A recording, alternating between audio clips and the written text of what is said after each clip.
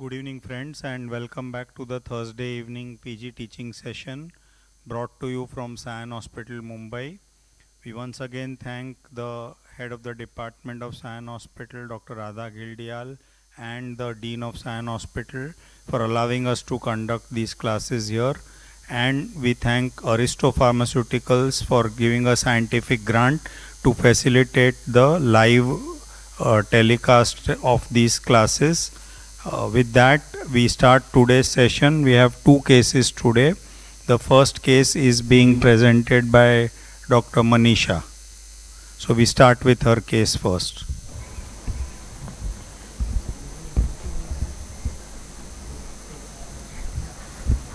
Good evening, everyone. Today I'm going to present a case here. My patient, who is a 9-year, 4-month-old girl child, she is second by birth order, born out of non-consanguineous marriage and resident of Thane, Hindu by religion and Yadav by community, who hails from UP. Informant being mother, who is reliable, brought the child with complaints of blood in vomitus, one episode 7 days ago, and passing of black-colored stools for 3 days, 7 days ago. Child was apparently all right 7 days ago with no complaints when child had 2 episodes of vomiting at around 6 a.m. in the morning. The vomiting was non-projectile, non-bilious, painless, containing blood which was coffee colored, around half a cup, contained clots, which was preceded by diffuse, dull aching, gradual onset abdominal pain, which got relieved after vomiting. There is also history of passing black-colored tarry stools 7 days ago, which was solid in consistency and painless, and she passed these stools for around 3 days and then resolved on its own.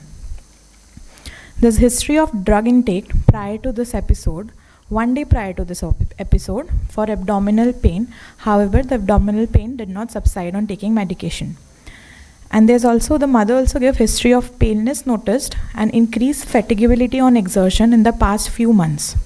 Hence, on further inquiry, mother gives history of similar episodes of blood and vomitus 5 months ago, which was non-projectile, non-bilious, reddish-brown in color and associated with clots, with no any prior history of drug intake, and this episode also resolved on its own.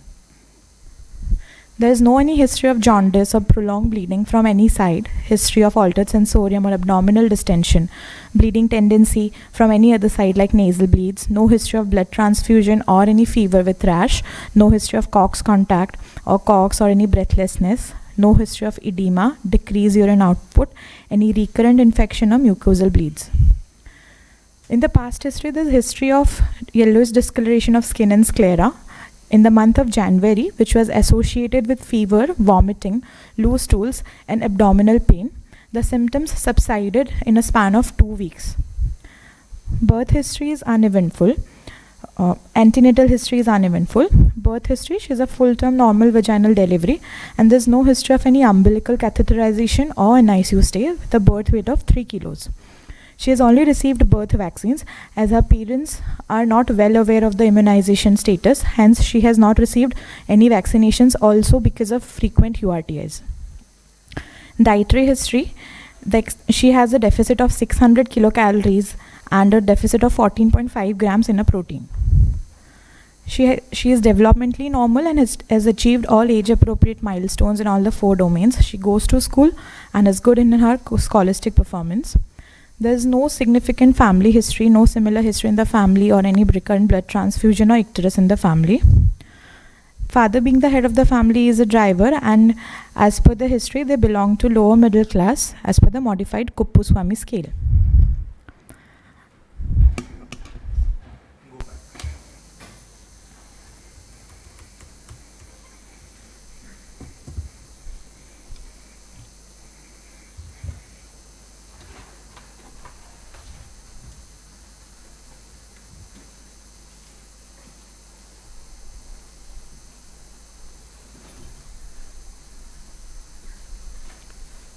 Yeah.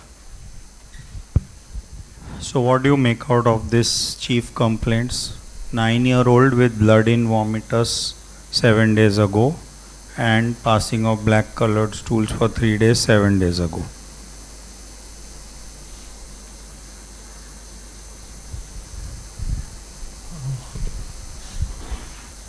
Hello. Hello.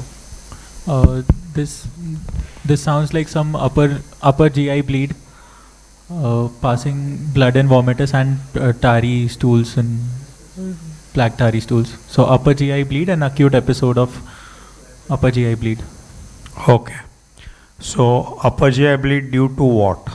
Just from this, what are your thoughts? Uh, an acute episode could be precipitated by some drug ingestion. Okay. Uh, So acute episode precipitated by drug ingestion. So this child had taken some drug for pain in abdomen. So do you think this is due to that?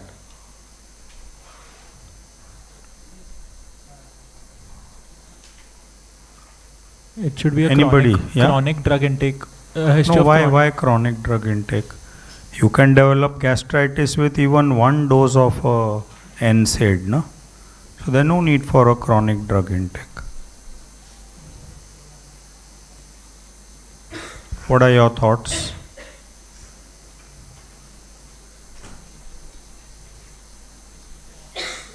Pass the mic. Anybody can speak.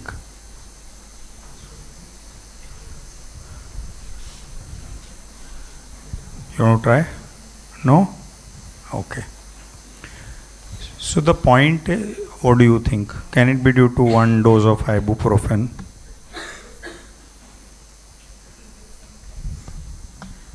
So repeated exposure to the drug causes such symptoms, idiosyncratic reaction. So the point is that when you label a drug for it, a drug will cause gastritis. Gastritis will not straight away cause so much of blood in vomitus, you know. At worst you could have some 4, 5, 6 vomits, abdominal pain, all that, and maybe a streak of blood with whatever you are bringing out, but not like a hematemesis per se. So that's extremely unlikely with drug, one dose. What else could be the reason for this vomiting of blood? Can it be a bleeding tendency?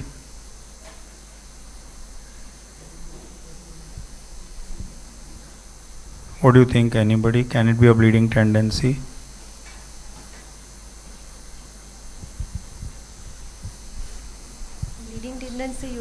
Bleeding tendency usually present with mucosal bleeds and skin bleeds. Okay. Can it be a coagulation defect? Coagulation again will cause muscle or joint involvement first and not the direct GI involvement. Very good. So first manifestation as a GI manifestation, hematemesis, is extremely uncommon, right? What else? So what would you think of when this fairly big amount of blood has been, means you've written the quantity half a cup, yeah. So half a cup of blood has been brought out. So what would you think of? Anatomically it is from where? Variceal bleed. Variceal. So you mean some vessel has bled for that quantity of bleeding. Now what kind of a vessel? Commonest is varices, but sometimes it could be just a malformation. Okay. Now just to complete our basic learning, non-projectile. So what does that tell you? So when is vomiting projectile? CNS reasons. Okay, CNS. Anything else? Any other place in pediatrics where you have seen projectile vomiting? CHPS. Congenital hyperplastic. Very pyloric good. So stenosis. hypertrophic pyloric stenosis. And in fact in CNS it is often not projectile. Okay. Then non-bilious tells you what? Level of like anatomical lesion. Okay. If it is below the second part of duodenum, it will be bilious, and above the second part of duodenum, then it will be non-bilious. Okay. Then what about clots? What does clots tell you?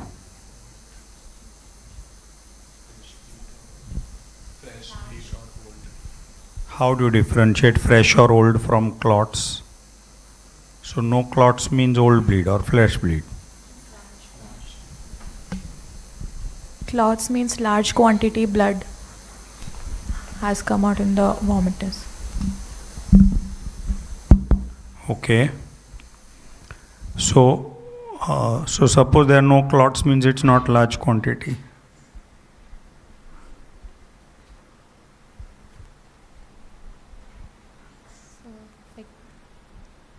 What do you mean by clots? When will that blood clot?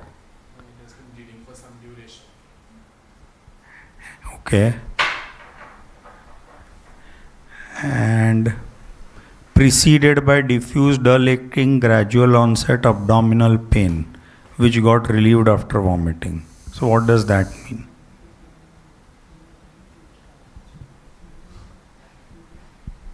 Is it any ulcers that's causing the abdominal pain? Okay. So again, normally would a ulcer bleed? I mean, bleed means cause hematemesis. Very severe cases, but minor blood, not that Okay, much. minor blood. And what kind of pain will a ulcer have? Severe burning pain. We in pediatrics we get gastric ulcers or duodenal ulcers. Gastric.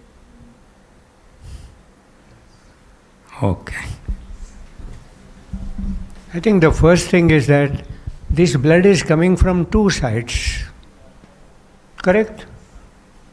So as a rule, when the blood is coming from multiple sides, more than one, don't think about the local cause. It's a bleeding disorder. As simple. Okay. Every time you ask anybody who has a bleeding, और कहाँ से होता है? Yes. When he came with vomiting, now he is laughing at that. Why are you laughing at my question?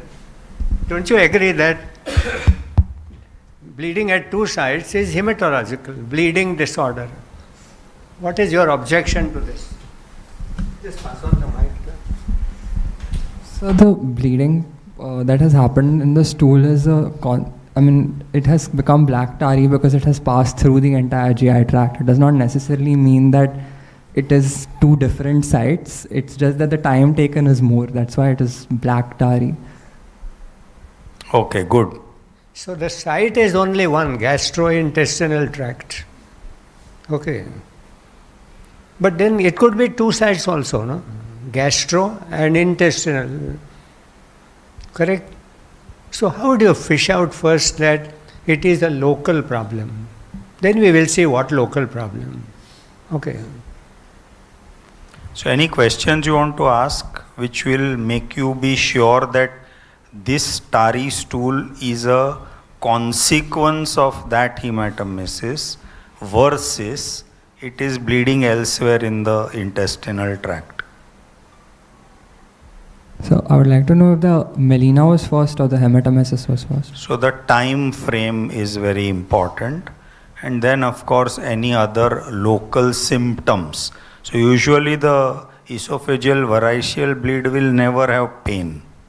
Whereas if you have any abdominal pain which is significant and dissociated in time, then you might think that there are two different bleedings. And therefore the history should suggest that when the child vomited blood, after 12 hours he also saw the stool was colored. That is important. Okay, small little things will tell you that it has progressed from the stomach to the intestine. That is number one. Now, so we have an upper GI problem. Again, the upper GI problem seems to have relieved itself.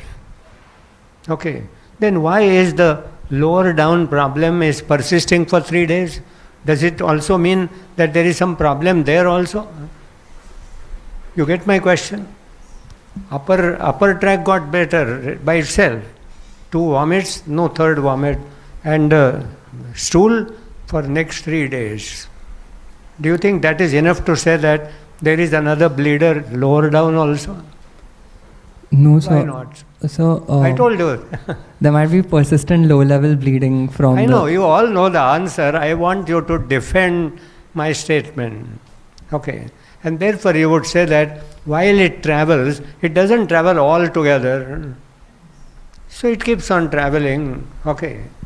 And therefore there is nothing wrong. Okay, so we know that the problem is in the upper GI tract. Upper GI where? Esophagus or stomach? Or first part of duodenum? So now you have to put microanatomy there. Anatomy, upper GI. Which part of upper GI? Give a thought, doesn't matter.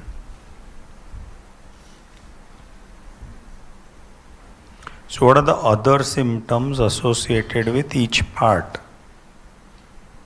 It's already a black colored stool, no? A black colored vomit. So must be from the stomach. Agreed? Or it could be also from the esophagus.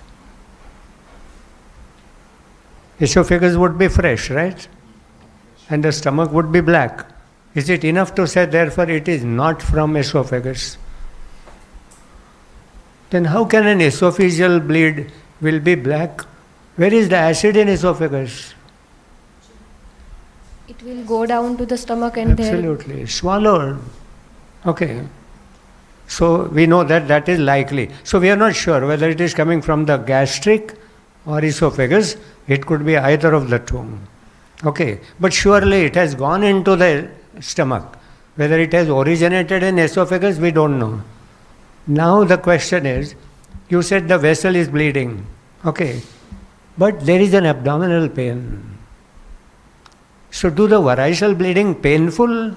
No. So this is anything other than varices.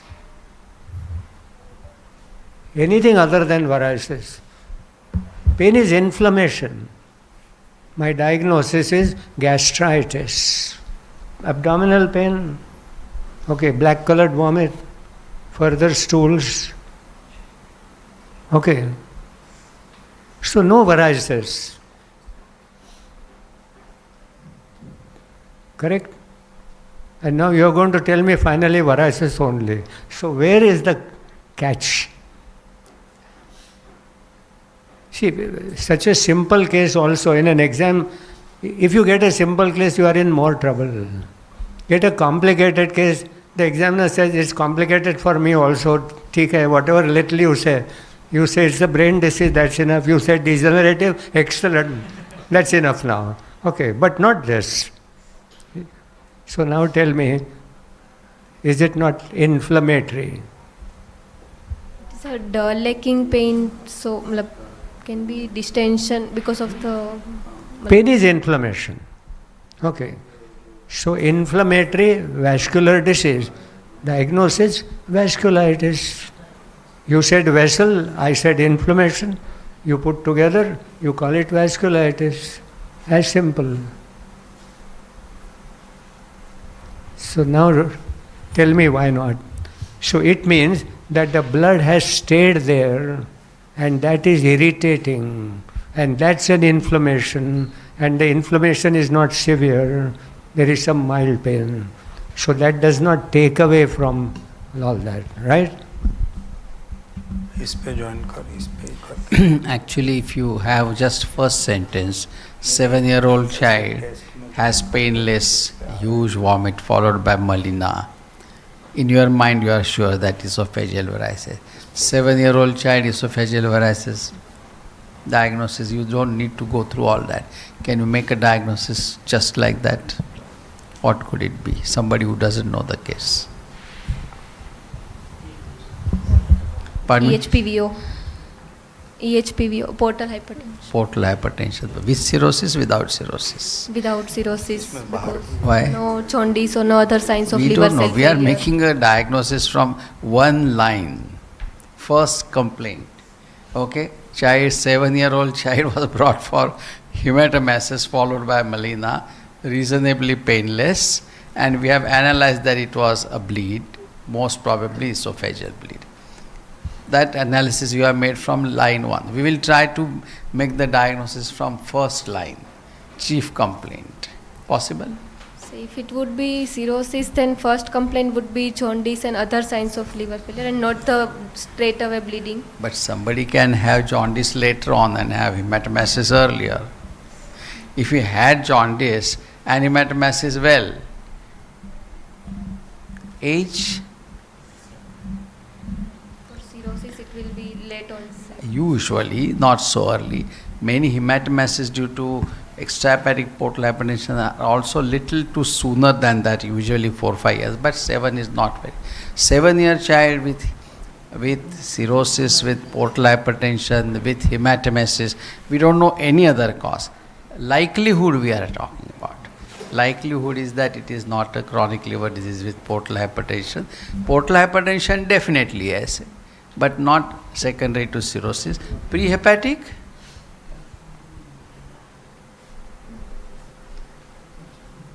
Prehepatic obstruction will not give rise to portal hypertension. It will give rise to huge hepatomegaly. They won't have portal.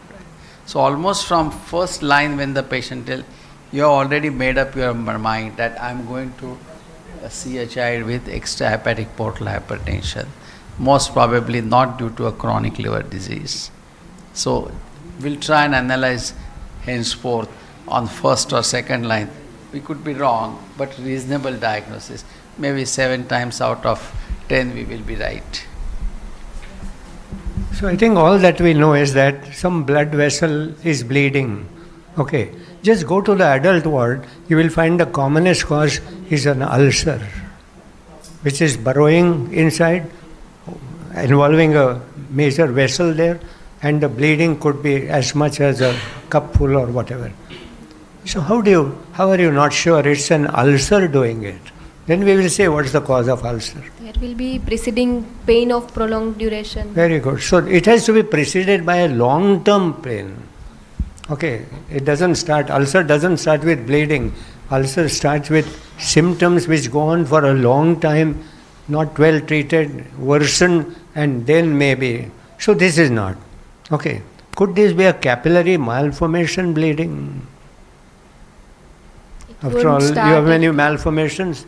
Okay, it is at a place where there is constant injury, food is going, straining occurs. So why think of varices? Capillary malformation at 7 years of age first. Usually the malformations are coming out of small capillaries, not a major thing. And if it's a major thing, like an aneurysm, then it's a shock. So this is not a malformation. Okay.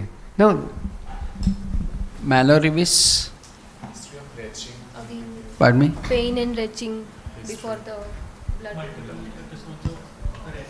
Usually after 3-4 episodes, occasionally one has seen even with a fresh Mallory-Weiss. But perhaps for Mallory-Weiss, this particular bleeding was quite a bit in this part. It went on. So significant Mallory-Weiss may not be so much here.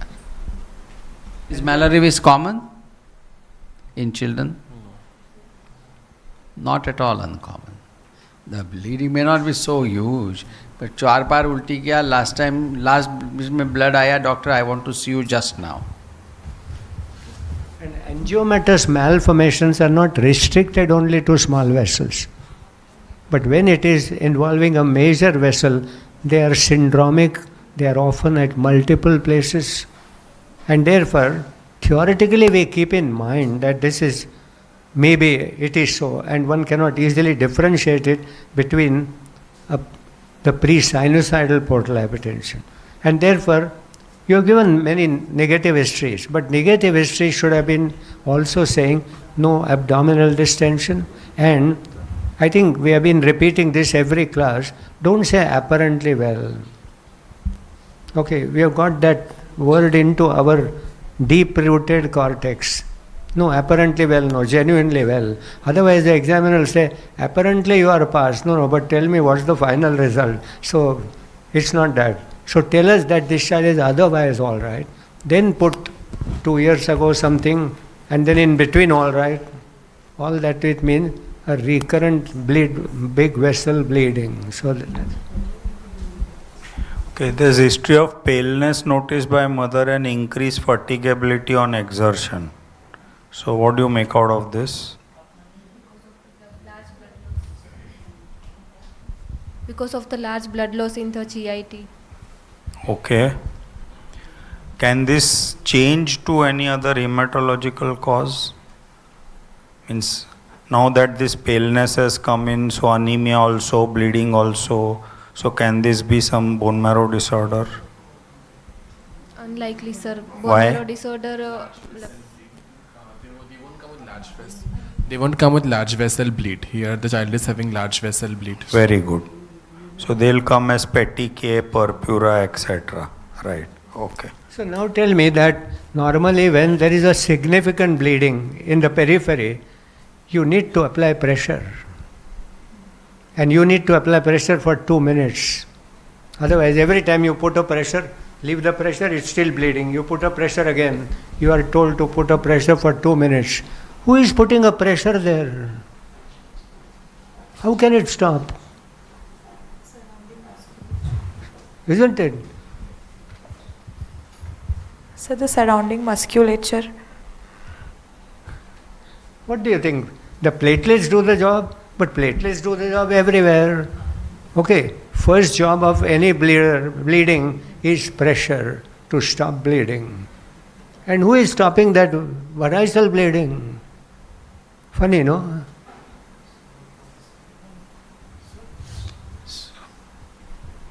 So, the bleeding is because of the increased pressure, and when the bleeding occurs, the pressure comes down and the bleeding stops. Okay. Now, these are the questions you are going to be asked if examiner really wants to test you. And here we are going to test you every time, because any question, and these are the questions that can be answered by just common sense. Okay, you don't need to. How can Nelson give all this? Nelson is already 5,000 pages. Okay, if he starts giving this, who will read it? So I think keep in mind all that. Small little things will make a final diagnosis, right?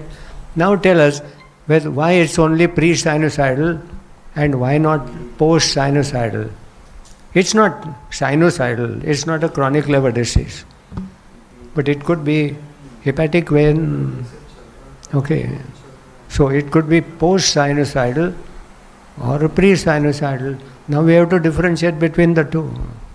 So who will differentiate between these two?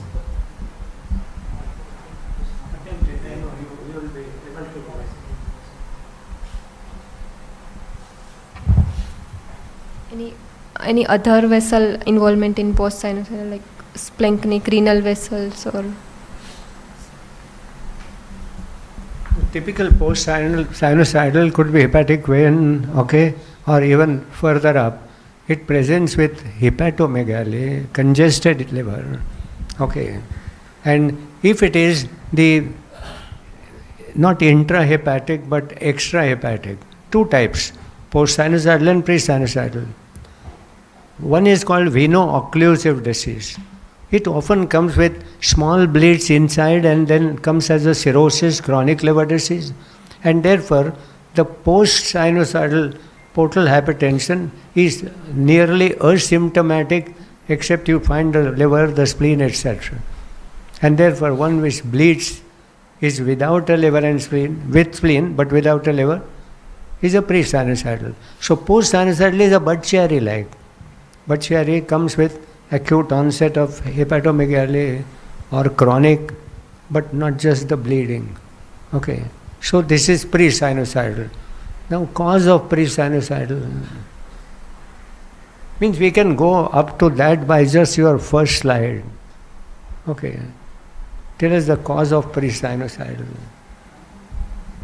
Congenital or acquired?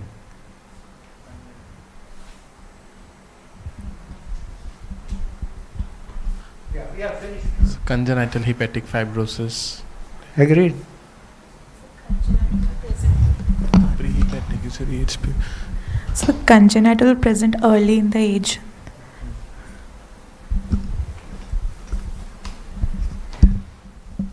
Okay, so what's your preliminary diagnosis now on history?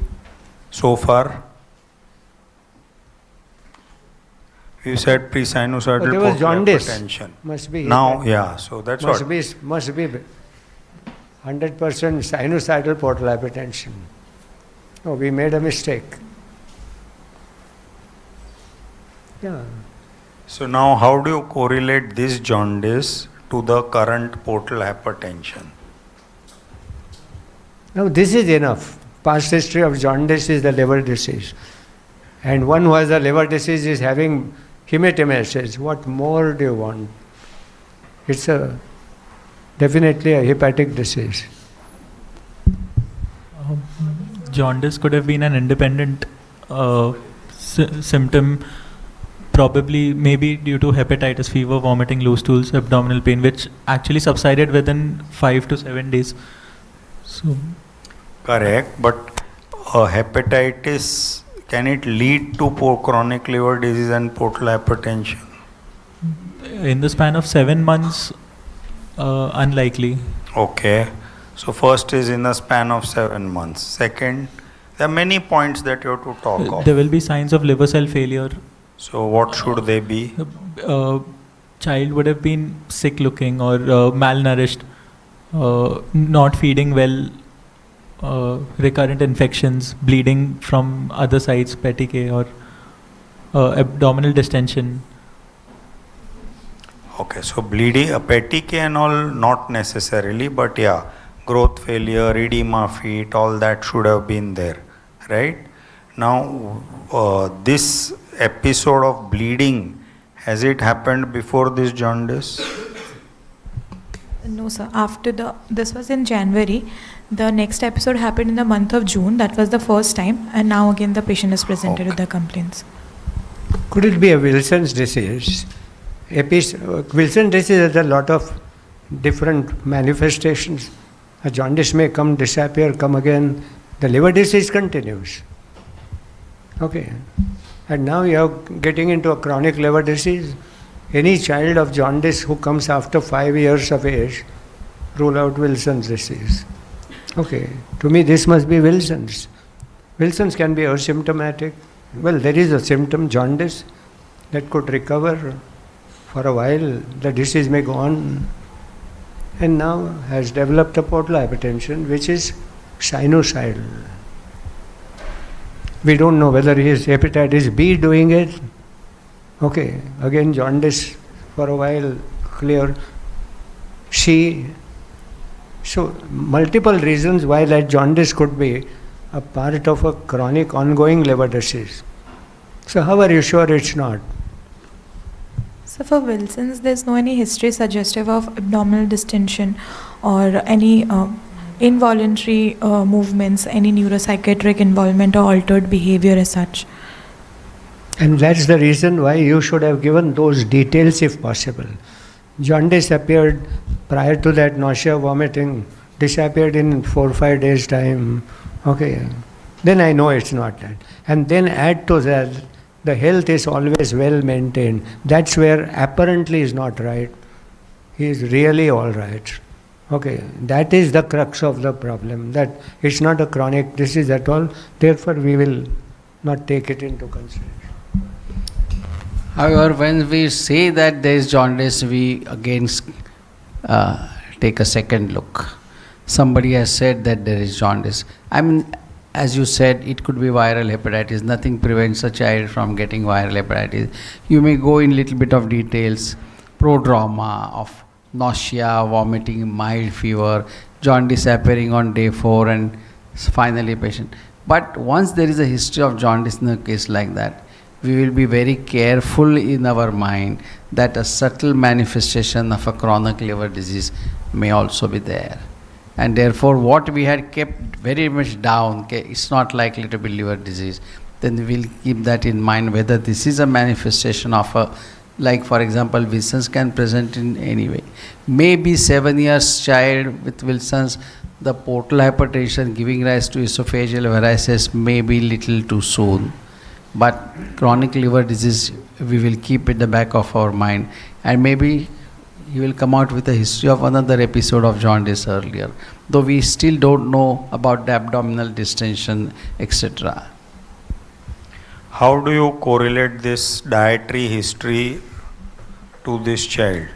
So means does this, you are saying that there is a deficit of calories and proteins. So do you think that is because of chronic liver disease? We say na कि chronic liver disease means failure to thrive, loss of appetite and all that. So do you think this is because of chronic liver disease? So not because of chronic liver disease, it could be another nutritional component, independent nutritional component.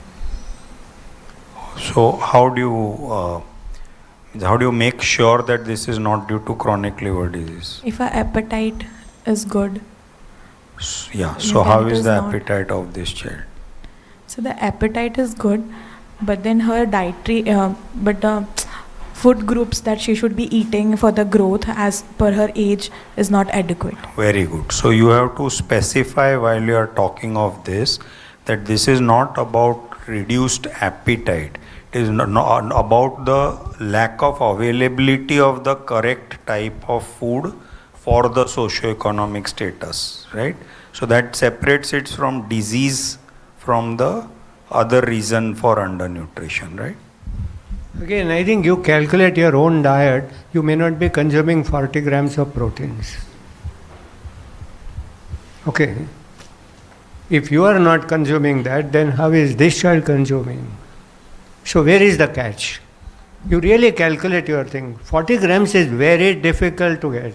Unless you eat a lot of meat every day, morning, afternoon, evening, breakfast, lunch, dinner, that nobody does and nobody should. How will you get 40 grams of protein? Okay, next time, if one or two of you calculate your own diet and tell me how much protein and then show me you are lacking so many grams. The point is, the 10% calories coming from proteins is only while fast growth. In the first year maybe. Okay, and then the quality of protein that is a higher biological breast milk protein. Therefore you meet. Thereafter, you don't need 10% calories from proteins. It's impossible. Then, and the reason is, for growth you need proteins. When the growth is slowing down and the growth is over, then you need protein only for repair. Whichever cells are dying, to repair you get it. And which cells are dying? Which cells are dying? Then we'll get to know how much proteins we need. Only cells which are dying are to be replaced. That's a growth. The rest of the growth is over. But this is a growing child, no? Where is the question of cells dying?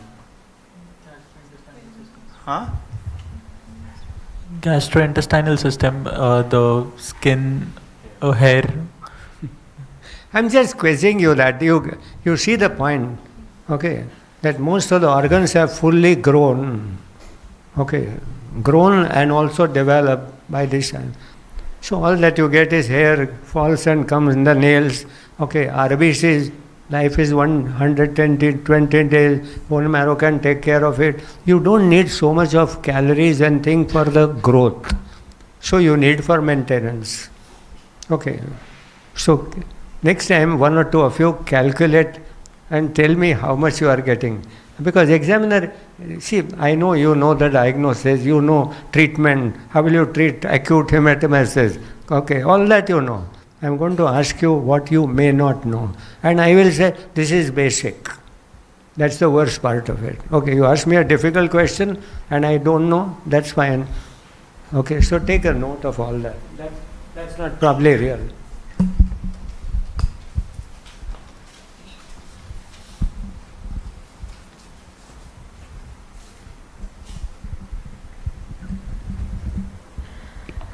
To summarize my patient, a 9-year-old girl who presented with acute onset hematemesis and melena with past history of similar illness in a birth and developmentally normal child is most probably a case of upper gastrointestinal bleed, most probably due to portal hypertension, peptic ulcer disease, drug-induced bleeding, or chronic liver disease, which is unlikely. Yeah, so even second and third we have discussed is unlikely in this child.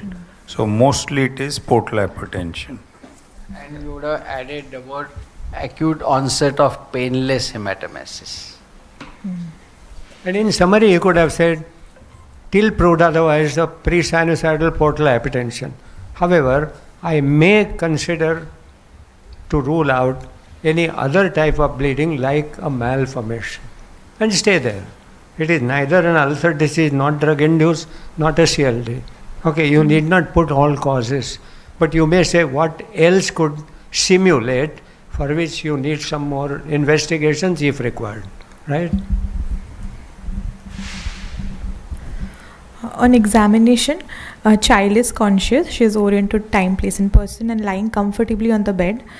She is afebrile. Child is tachycardic for her age with a heart rate of 148 beats per minute, which is regular in rhythm, normal in volume and character with no any delays. Respiratory rate is 24 per minute. BP is 100/70, which is falling at 50th centile for the child. Peripheral pulses are well filled. Extremities are warm. There is no edema. Wait. And Anything you find funny on this slide? Up, down.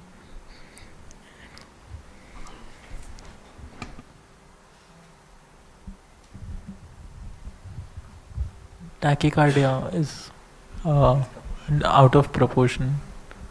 A child lying comfortably on bed or early signs of shock, tachycardia. So on this same slide there is something against shock. Peripheral pulses well felt.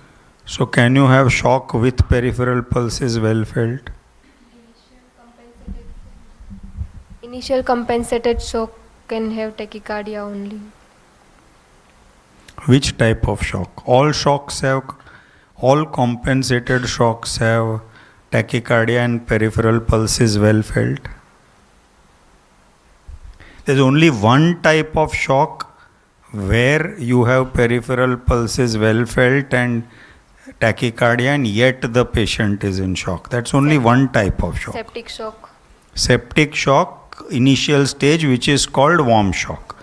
But in all other shocks, the moment shock has come in, tachycardia itself is a compensatory mechanism to your reduced perfusion of the tissues. So pulses have to be less than good, no?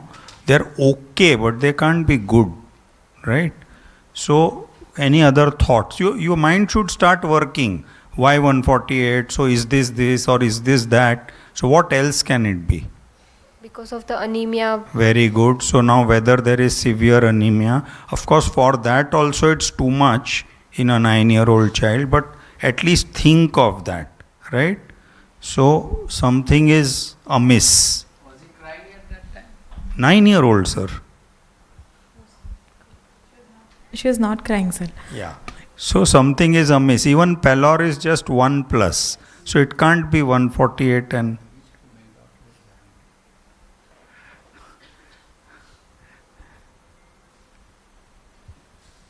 I think you could have got out saying that the child was very anxious and that's why temporarily there was a tachycardia.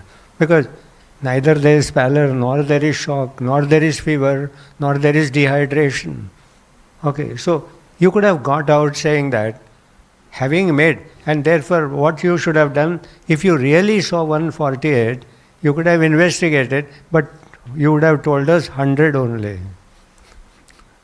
Even in an examination. 148, sometimes if you are very honest, you should be ready to justify that honesty. Otherwise, bluff a little. I am unlikely to check pulse rate in an examination, isn't it? But see, all three of us looked at one another. Exactly, we said 148 is something that you are going to come into trouble, right? So take a note of that. You could say it was a printing mistake. That's it. That is enough. Yeah. I just mumbled to Dr. Rajesh, if it was an adolescent boy with who female doctor examining him, maybe tachycardia. But just keep it back. One of the common causes of isolated tachycardia that we see these days is salbutamol nebulization. Okay, and we often may not be aware. This child may have been nebulized for all you know. Sometimes these days children complain dard hota hai, and that's why quite a few of us may have shifted from salbutamol to levosalbutamol. So it could be drug induced. We'll keep that in mind. Could it be hyperthyroid? Tachycardia. Okay, now these are the questions which are likely to come up, right? So, don't go.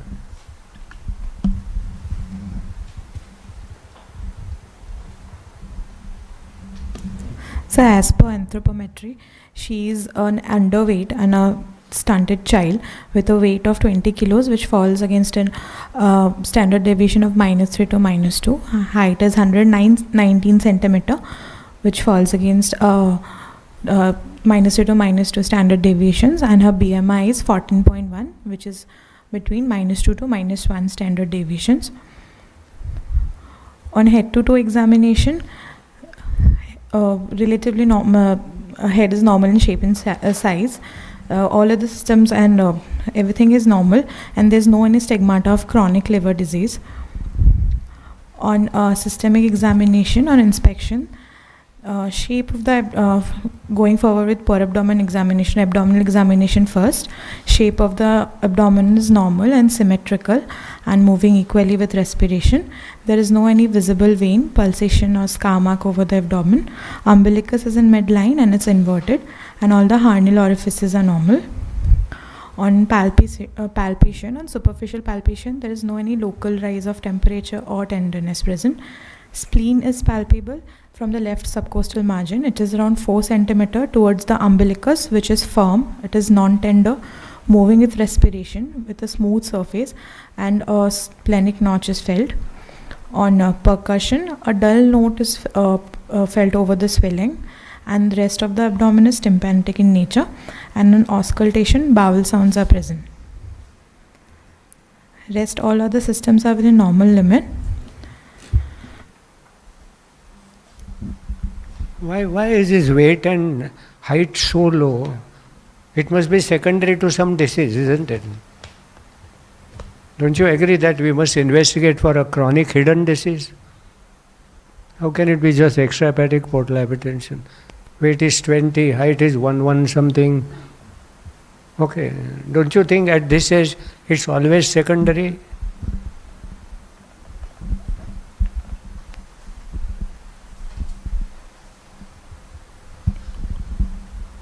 We discussed it, no? So many times you have discussed, chal. Can be chronic nutritional deficiency also. Like So we discussed, no, what is weight for age, what is height for age. constitutional also. Why? Justify. Because weight and height both are equally affected. And So what weight is for the height- weight age? 20 kg is normal. This is a girl, right? So girl in 20 kg is normal at what age in a girl?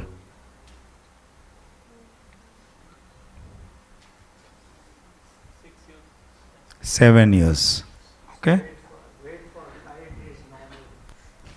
And height 119 height is normal at what age in a girl? 119.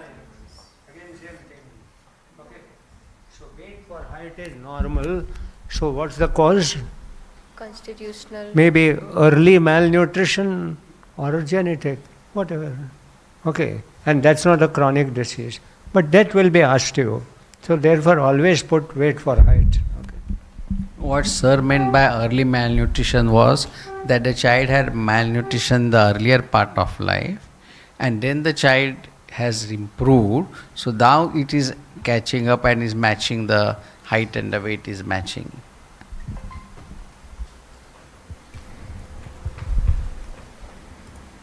I was wondering, sir, in huge splenomegaly, even in in thalassemia, with such huge spleens also, they don't get hematemesis. And here with just 4 centimeter spleen, the child is getting hematemesis.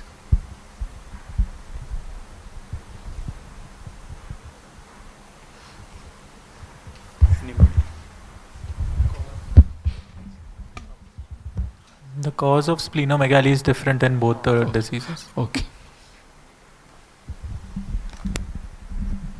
Dr. Palniraman is our good faculty online. Sir, he is asking, can hypersplenism lead to growth faltering? Hypersplenism per se will not do that, but the cause might do it. Like if you have a chronic hemolytic anemia, thalassemia, you will be short. But not hypersplenism per se. The cause of hypersplenism. When we talk of growth faltering, it is good to ask birth weight. If the child was 1.7 kilos, he will be same. We never ask it. In this case, how much was the birth weight? That's the problem. You people don't keep attention to everything. Whatever topic is done, you ignore.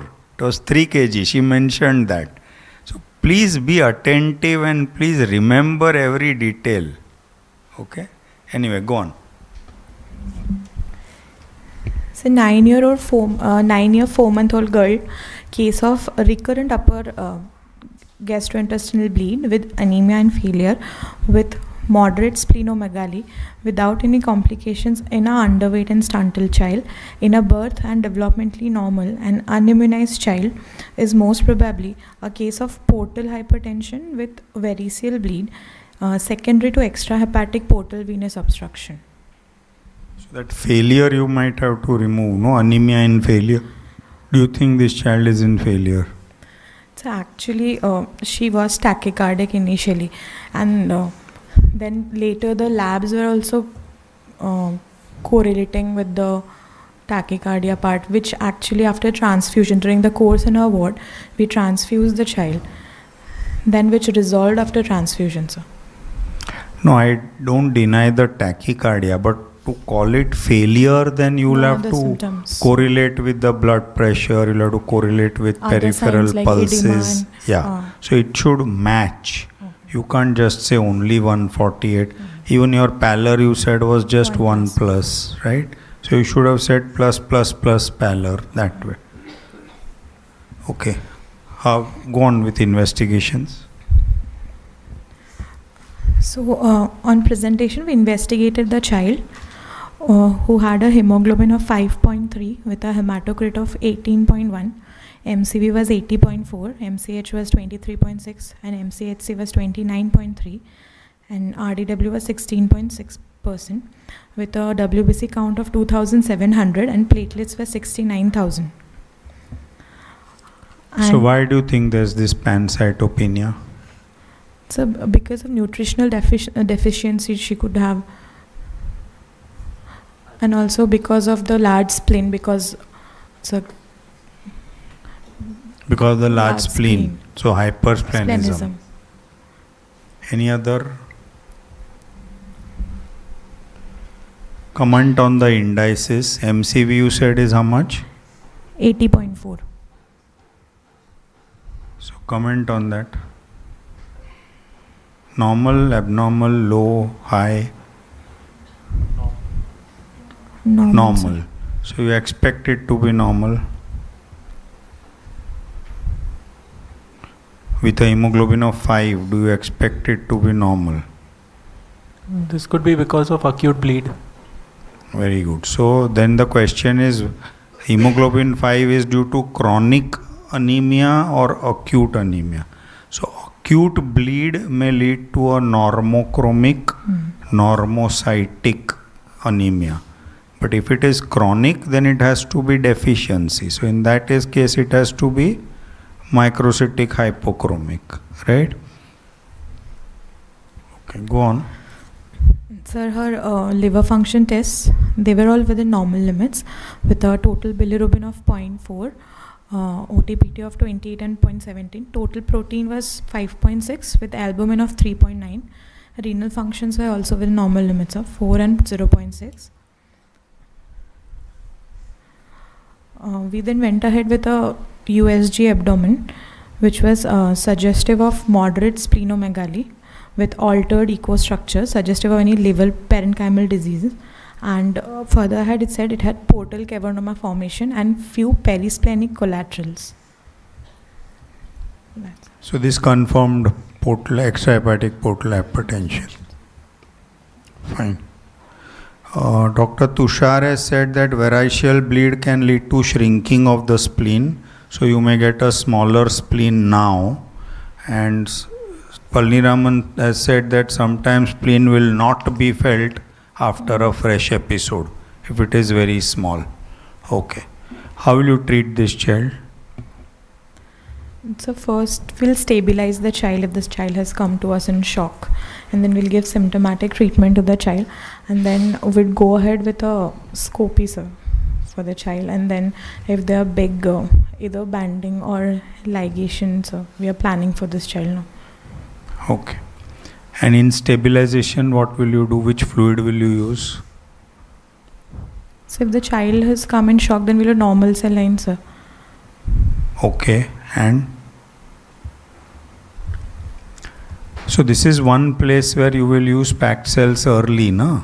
Okay. So this is not your shock, which is your hypovolumic Volumic shock shock. due to water, fluid Blood. loss. You know that this child has bled Blood. and come in shock. So here your threshold, you will start with normal saline, but your threshold to infuse packed cells, if he has come in shock due to bleeding, your threshold will be lower. Transfuse the child. Right? Okay. So, any other questions?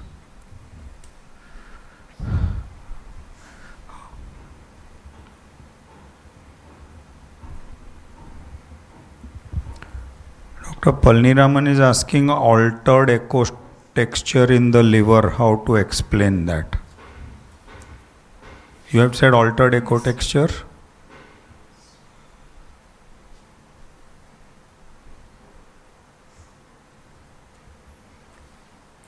Yes, sir. With surrounding raised echogenicity.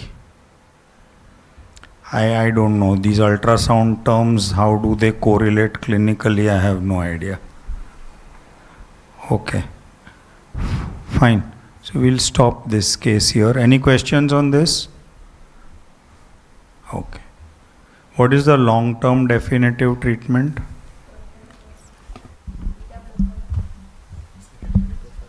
Beta blocker, propranolol, and acid suppression with a proton pump inhibitor.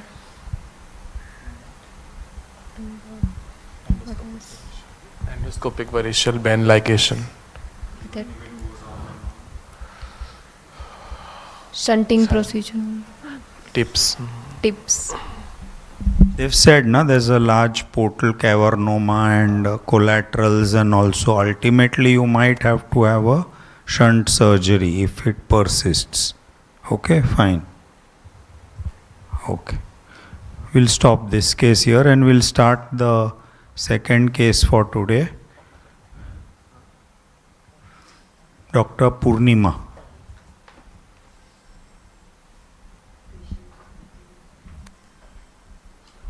This child you had brought, you didn't tell us, we could have examined him. Come, we'll examine him for 2 minutes. Call the child. We can put some sheet or something here.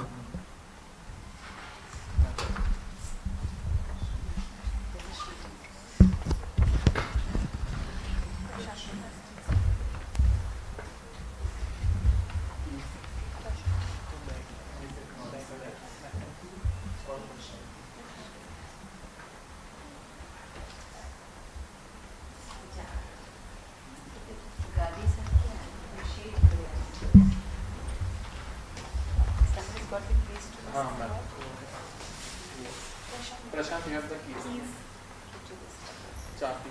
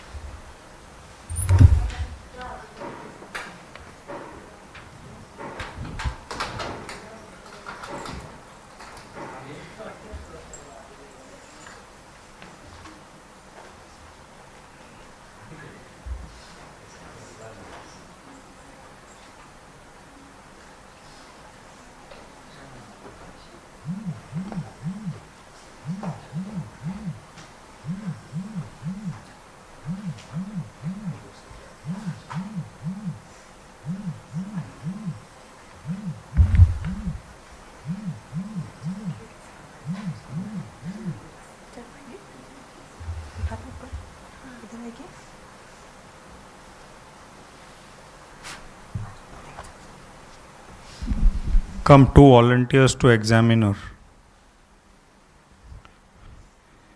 We're just practicing so that we become good. Come, anybody. Chal. You want to come?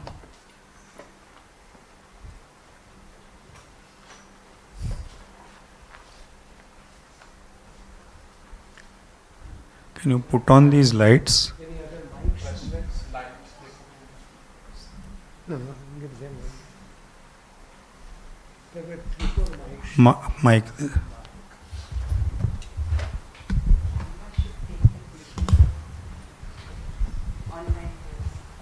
First only observation.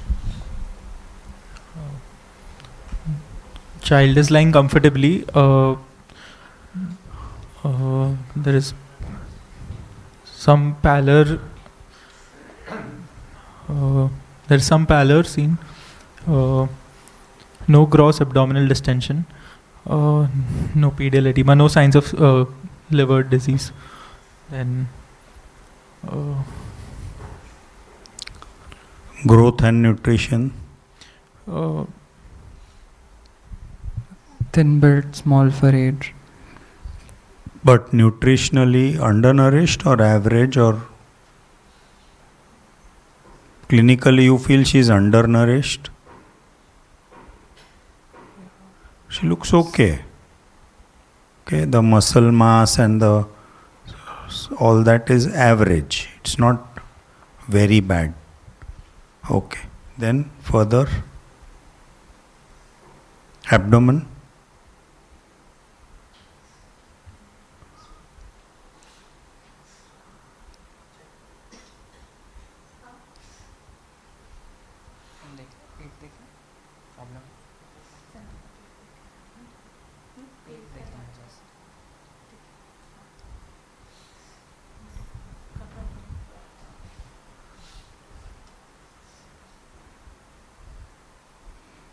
Shape of the abdomen is normal. There is no generalized distension.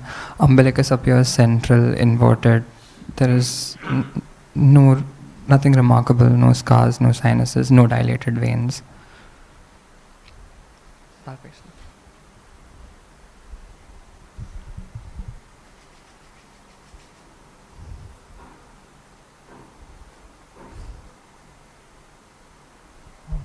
on superficial palpation, there is no sign of any pain or tenderness. No lump felt.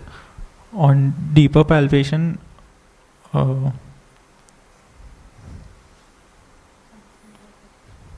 liver is not palpable.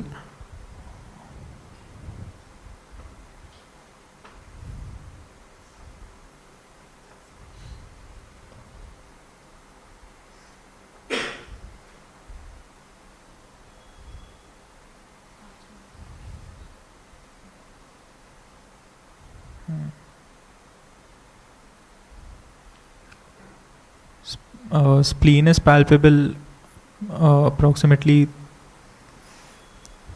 2 centimeters below left subcostal margin. Anterior notch well felt and moves with respiration.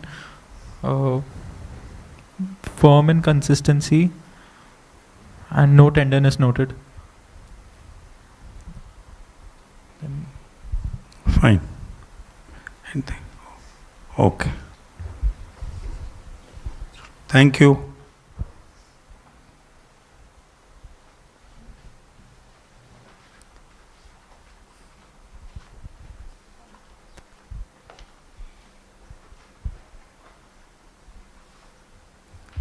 Thank you.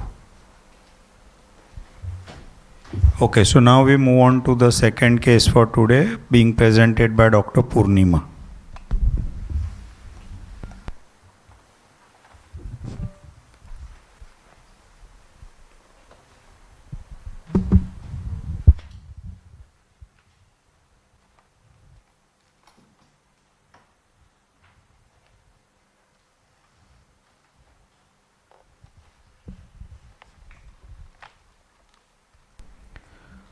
Dr. Mahesh has said history of neonatal treatment, umbilical cannulation is important. I think you had already mentioned that there was no such history. Yeah.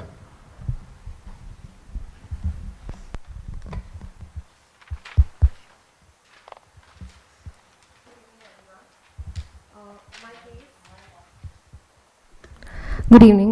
Good evening, everyone. My patient is 11-month-old female child, second by birth order, born of third degree consanguineous marriage, Muslim by religion, Ansari by community, hailing from Barbanki, UP, residing in Bhiwandi, brought by parents with chief complaints of yellowish discoloration of skin and eyes since 5 months of age, vomiting and loose stool since 1 day. The child was apparently all right. The child was all right 5 months ago when the mother noticed yellowish discoloration of eyes and skin. The discoloration was gradual in onset and progressive in nature. The mother also noticed staining of the diaper with dark yellowish colored urine and normal colored stools. On inquiry, the mother said that the child developed coin-sized bluish-black non-traumatic lesions over the body, which started off first as one lesion over the right arm, but progressively multiple lesions developed over the trunk and extremities over the course of 2 to 3 days. The parents sought attention from a local practitioner who prescribed some oral medications. The lesions resolved over a period of 1 week, but recurred 1 week later, after which she was referred to Sion Hospital. The child was admitted, worked up, and the parents were told that she has a clotting disorder. Some intravenous medications were given. The lesions resolved over 5 to 7 days, and the yellowish discoloration of skin and eyes also reduced in intensity. The child was discharged thereafter.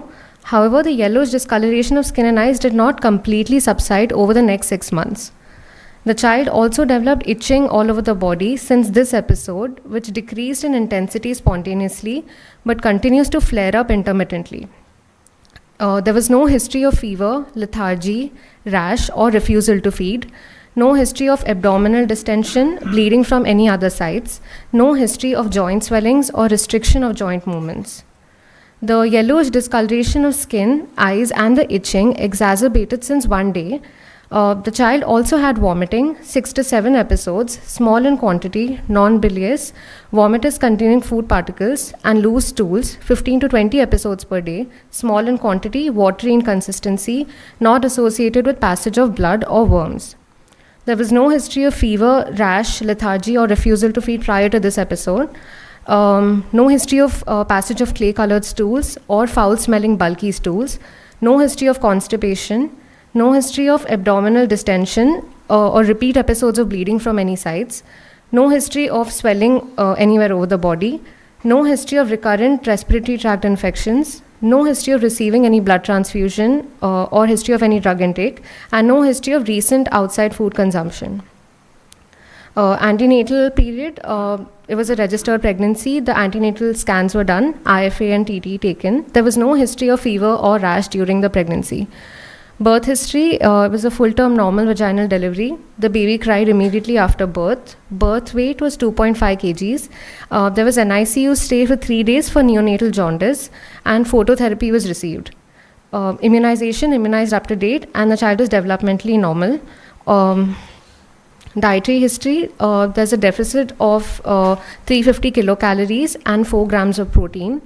Socioeconomic history belongs to lower socioeconomic class. Family history, no history of similar complaints in the family or any sibling deaths. Go back. Second slide. Okay. Come, you can sit here. So when you saw this child at 5 months ago, at the age of about 6 months, this child would have come to you with this history. What would you have thought of?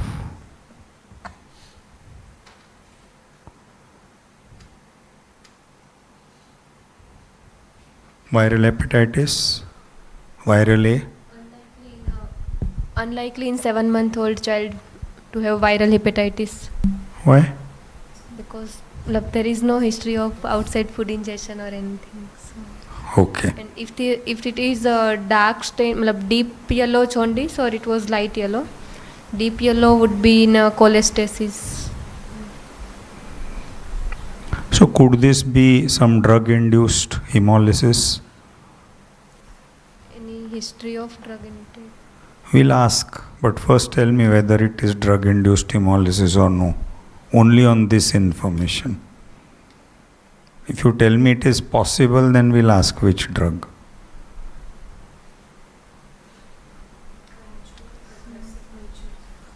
Gradually progressive?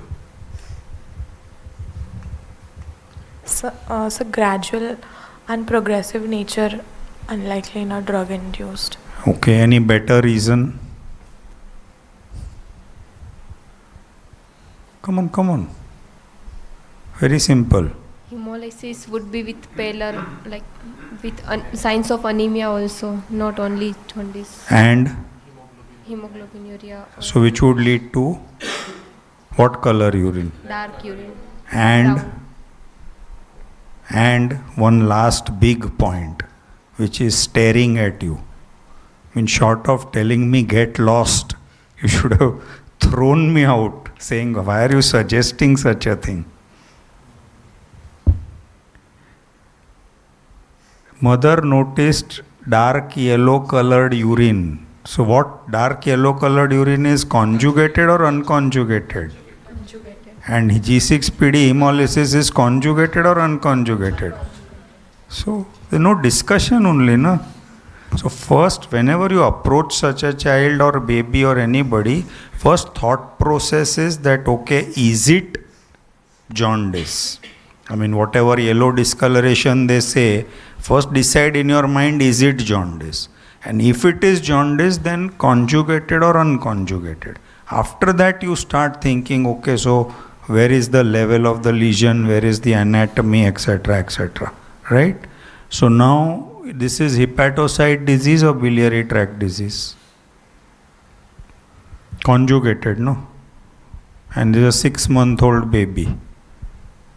Likely hepatocyte because stool color is normal.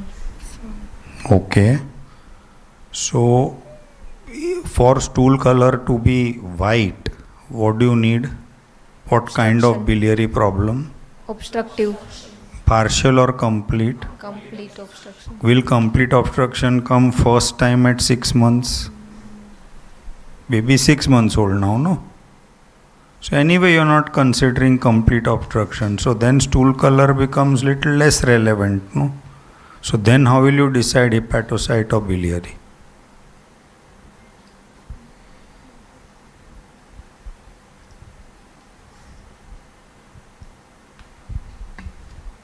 Come on, our usual distinction between hepatocyte and biliary.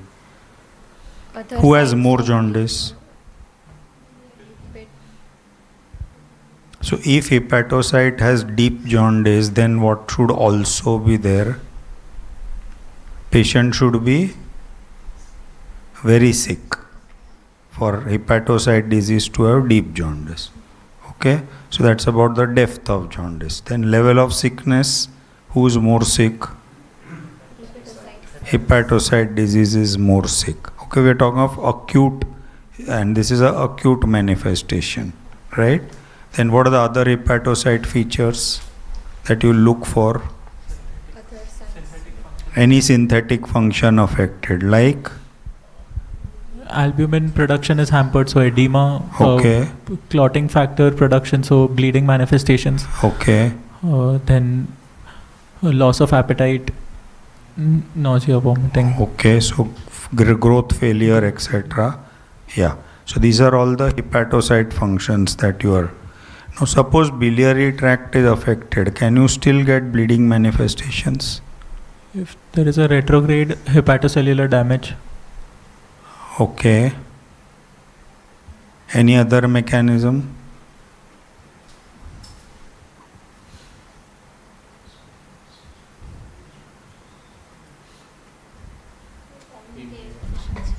Is vitamin K deficiency. Why?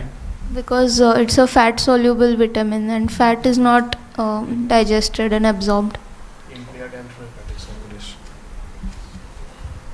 I think we straight away know that it's a direct bilirubinemia and therefore hepatocyte or biliary tract. Now, there is no clay colored stools, so could it be still biliary?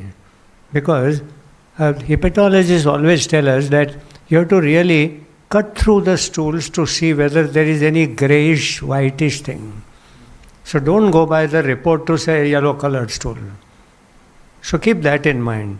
So then what is the difference? Just now what Rajesh said, that a biliary tract disease has disproportionately severe jaundice but much less sickness. And the hepatocyte disease has proportionately much more sickness than jaundice.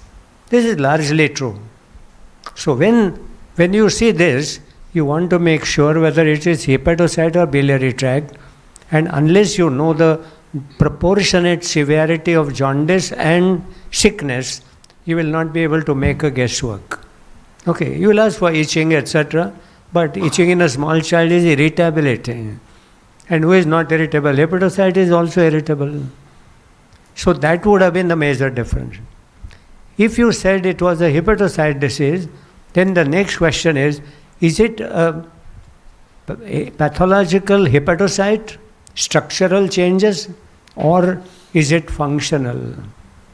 What I mean is, a direct bilirubin with a Dubin-Johnson or rotor is also a hepatocyte disease, but it's only functional. Hepatocytes are not swollen. There is no hepatitis, but still a hepatocyte disease. How will you rule that out by the history? On one hand, you have a hepatitis of whatever kind. On the other hand, you have a Dubin-Johnson or rotor. Both are direct bilirubin, both are hepatocyte. One is only functional derangement, other is structural, in terms of swelling, inflammation, whatever. What's the difference? So difference in symptoms between the two, besides the jaundice? Such an enzyme deficiency does not affect the growth or wellness. That's number one. Second is, it is not suddenly coming at 5 months of age. It could be missed for a while and it is not progressive. Okay, so this is not hepatocyte dysfunction, functional disorder. So this is hepatitis, or if it's a biliary tract. If it's a biliary tract, then what else could it be? Could it be biliary atresia?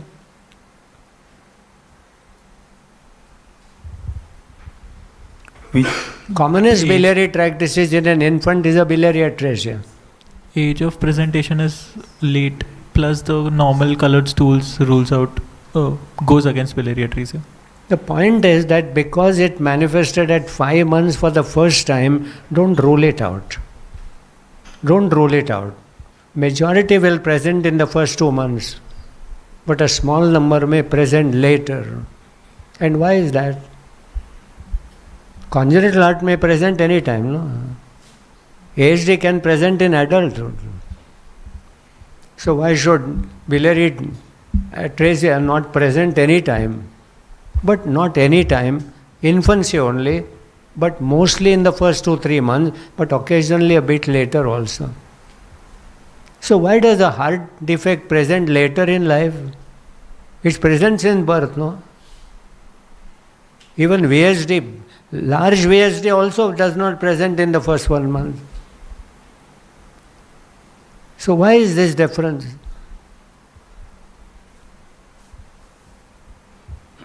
Come on, give a thought. It's not difficult. Question may look funny and difficult. Answer is simple.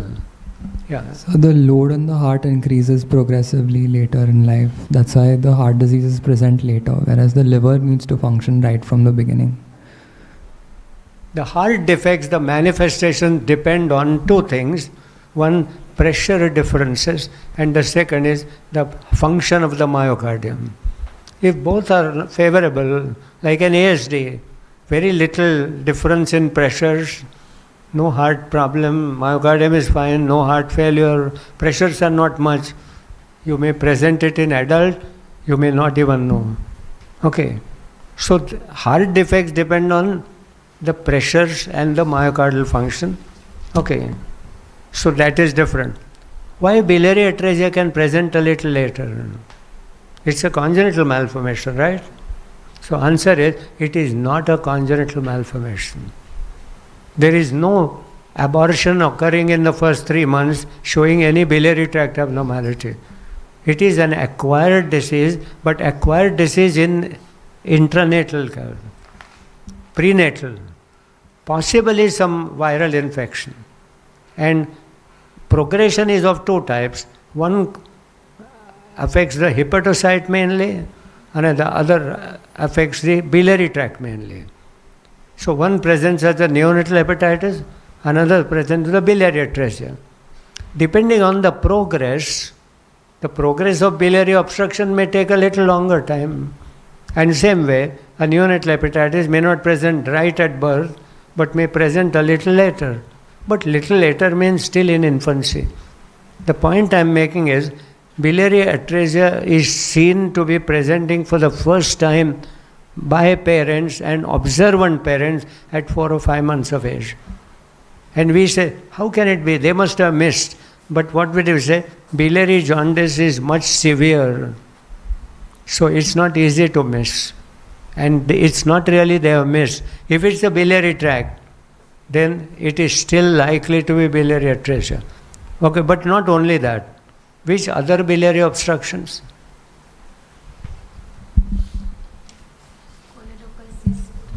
Choledochal cyst. So, paucity of bile ducts, biliary hypoplasia, okay. And then cholangitis. Okay, cholangitis could be bacterial, a complication of Kasai's, etc., or it could be even autoimmune. Sclerosing cholangitis. Okay, not at this age, but we keep on mind. And then any tumors per se. One of the tumors is a choledochal cyst, but any other tumor as well. Could it be hepatoblastoma? Presents often in infant. Could that be a biliary obstruction? Far bigger than choledochal cysts. Choledochal cyst I cannot even palpate often, but hepatoblastoma I can palpate. Is it possible? Where does the hepatoblastoma come from? Is hepatoblastoma, no? Where is it coming from? Hepatocytes, liver. Will it not obstruct the biliary tract? It's all there, no? Biliary radicals are also there. Localized liver disease, however big, will never cause even jaundice. Forget the biliary obstruction. Hepatoblastoma, huge, but localized still, will not even present with jaundice. It will present with that. And what's the reason? Compensation by the other hepatocytes. We have discussed this before. So, no liver tumors present with jaundice. Okay, but the pancreatic tumors with jaundice. Because right there a biliary tract, and you have a pancreatic biliary tract. Okay, so right at Wharton's duct, you get a complication that is jaundice. So in an adult or in senior citizen, the commonest cause is a pancreatic tumor, a malignancy, not in children. Now this child has some bluish black non-traumatic lesions over the body at the same time, right? Seen at the same time, no? So what do you make out of this? Mongolian spot. Sir is saying Mongolian spots. You agree? Should have been spotted earlier. Should have been spotted earlier with such multiple and progressive. More reasons why it is not Mongolian spot. It's on the right arm and not on the back or buttocks. And it's a coin size, well defined maybe. so they are bigger. And this resolved over 1 week. They don't come up at this age. They are there right from birth. Right? So multiple reasons. So now what is this? Bruises and ecchymosis. Ecchymotic spots. Right? So which means what? Platelet or coagulation? Bruises is platelet.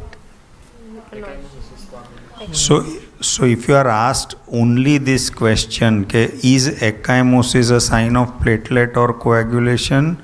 Technically it can be both, but what will be your differentiation? Platelet disorders will present with smaller petechiae So if there are multiple petechiae and occasional one or two ecchymosis, it could be a platelet disorder. But if there are only ecchymosis and then of course joint muscle bleeds, it could be coagulation. So this is coagulation. So which vitamin?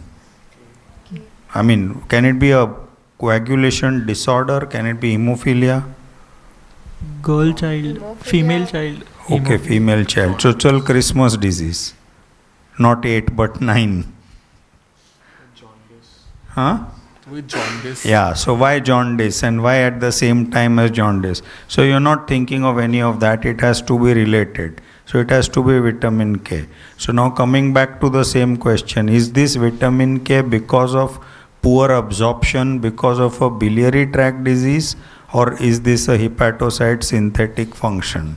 So how will you try and differentiate? It's not given on this slide, but what questions would you ask? Other vitamin deficiencies, if it is So on history, how will you make out other fat soluble vitamins? ADE and K. So how will you make out ADE on history So in what a about 6-month-old child? consistency of stool, steatorrhea. Okay. Anything else? Edema. Okay. So we said now you have to ask for hepatocyte function. So how is the baby active, playful, feeding well, growing well? That is what is going to help you whether there is some evidence of hepatocyte involvement or it's a happy baby with this jaundice and those spots, then it's more likely biliary tract, right? I thought bleeding in a hepatic disease is a hepatocyte failure. Don't you agree? Hepatic failure is encephalopathy and bleeding. So are you waiting for encephalopathy? Bleeding is a manifestation of hepatocyte failure. Don't you agree with this statement? 100% you must agree. After all, difference between compensated cirrhosis and failure is bleeding and encephalopathy. So this child must be in hepatocyte failure if it was a hepatocyte disease.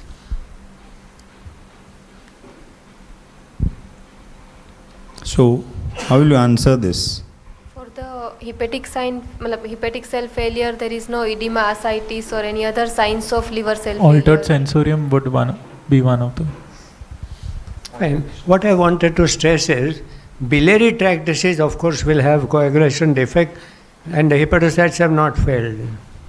But early hepatocyte dysfunction in a chronic, slowly progressive liver disease may present with similar problem. And a typical 2 or 3 month old child who is going to develop a neonatal hepatitis really may present with one of the function of the liver presenting, the others are biochemical and will present over time. So every chronic, slowly progressive dysfunction of the organ picks up first defect in one of the functions.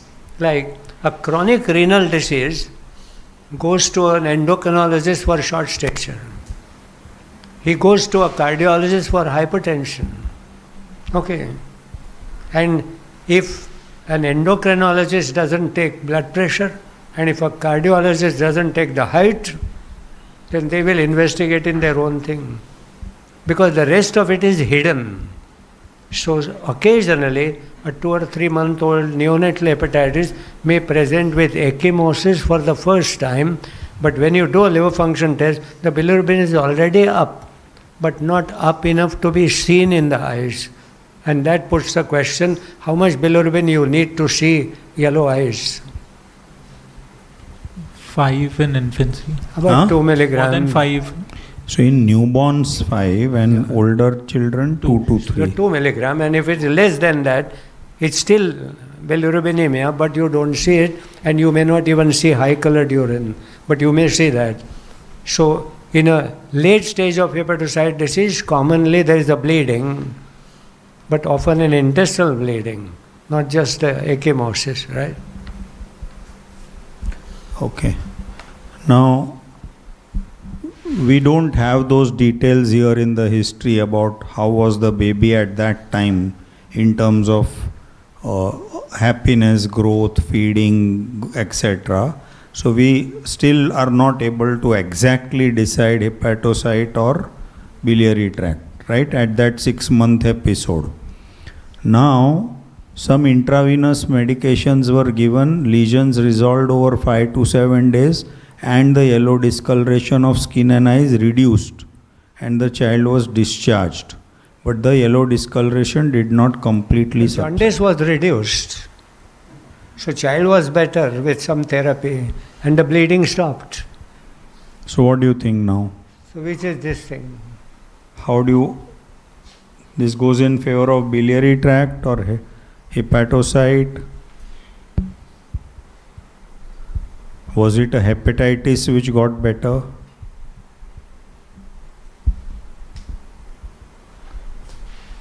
Come on, some thoughts.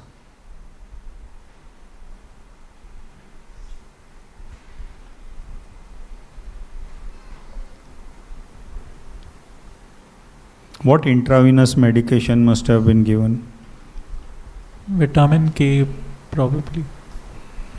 So if it gets better after giving vitamin K means what? Hepatocellular.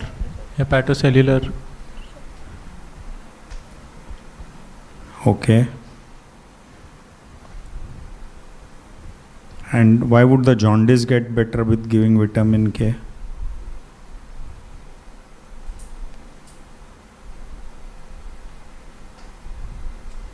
Come on, some thoughts. What could that episode be? Your thoughts? So I don't think the jaundice decreased in intensity because of the vitamin K. Maybe it was a fluctuating course of jaundice that. No, so you've said the jaundice did reduce, right? Yes. So you're saying it didn't reduce because of vitamin K, it must have reduced spontaneously. That's what you're trying to say. Okay. Yeah. Fine. And then this child developed itching all over the body. What does that suggest? Deposition of bile acids on the skin, right? Okay. Now it flares up intermittently. Then there's no history of fever, lethargy, abdominal distension. Okay. So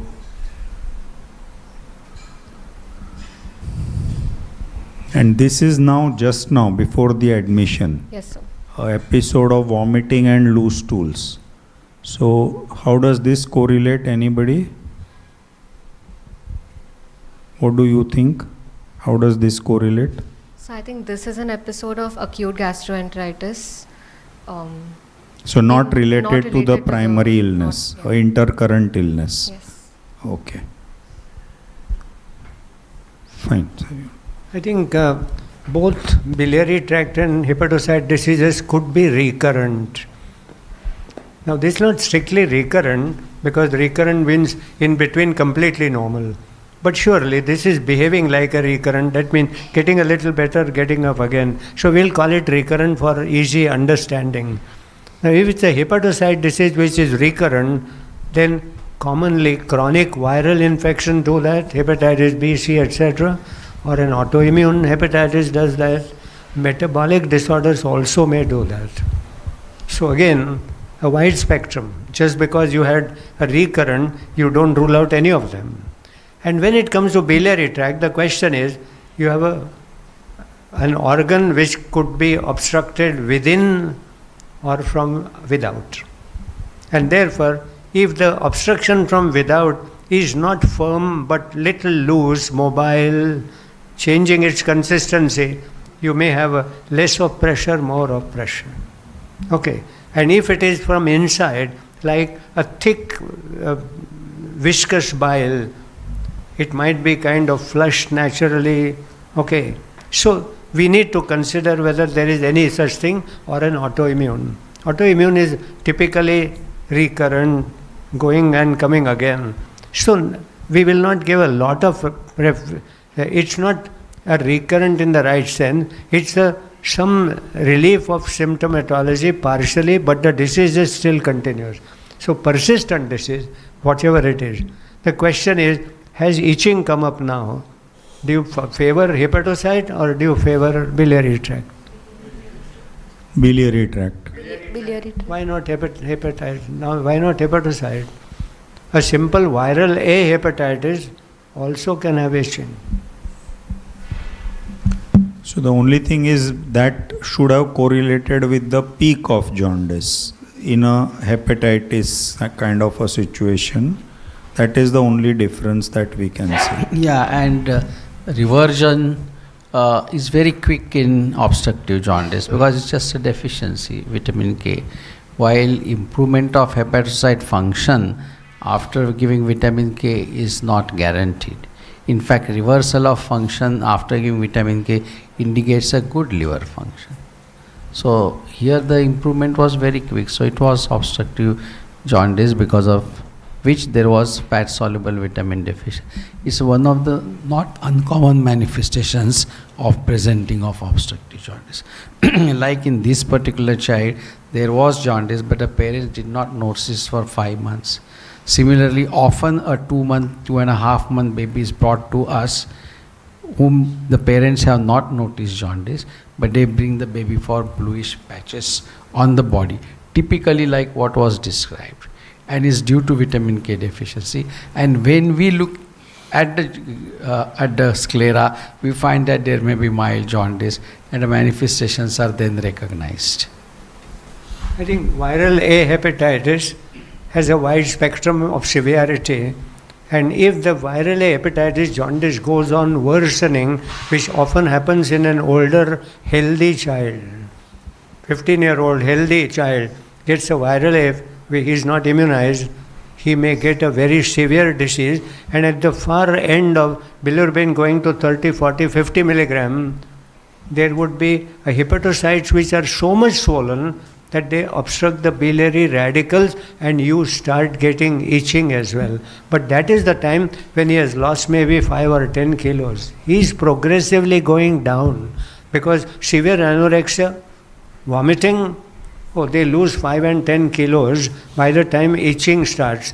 And this is known as an obstructive phase of a hepatitis. But that comes at the far end, not just to begin with. My impression is 11-month-old female child born out of third-degree consanguineous marriage, presenting with gradually progressive jaundice with high-colored urine, pruritus without acolia, and acute history of loose stools and vomiting, with a past history of ecchymotic lesions on the body, is probably a case of acute gastroenteritis in a case of cholestasis with a clotting disorder. To rule out acute on chronic hepatitis, disorders like PFIC and storage disorders. So what are the points to suggest storage disorder? The bleeding manifestations that the child had, and the compromised hepatic function. She presented with jaundice. So I thought the hepatic function is compromised, and hence. Okay, go on. Really, storage is of two types really. One that really comes with much wider functions like a glycogen storage disease, galactosemia, etc., or with only organomegaly like a lipidosis. So storage is not to be brought in here. Okay, a child with a glycogen storage will throw up a cardiac problem, the neurological problem, etc. So this is not. So storage you can remove safely. Acute on chronic hepatitis, again if the child has been doing well, then we may not get in. So PFIC stands, okay, and here you are trying to say that it is all hepatocyte disease and not a biliary tract disease, right? On examination, the child is playful and alert, afebrile, heart rate is 100 per minute, respiratory rate is 30 per minute, saturation is 99%, peripheral pulses are well felt, extremities are warm, and CRT is less than 3 seconds. Anthropometrically, the weight is less than 3 standard deviations, length is less than 3 standard deviation, MUAC is 12 centimeters, head circumference is less than 3 standard deviation but within the normal range. Weight for length is at the 3rd centile. So my impression is acute on chronic malnutrition.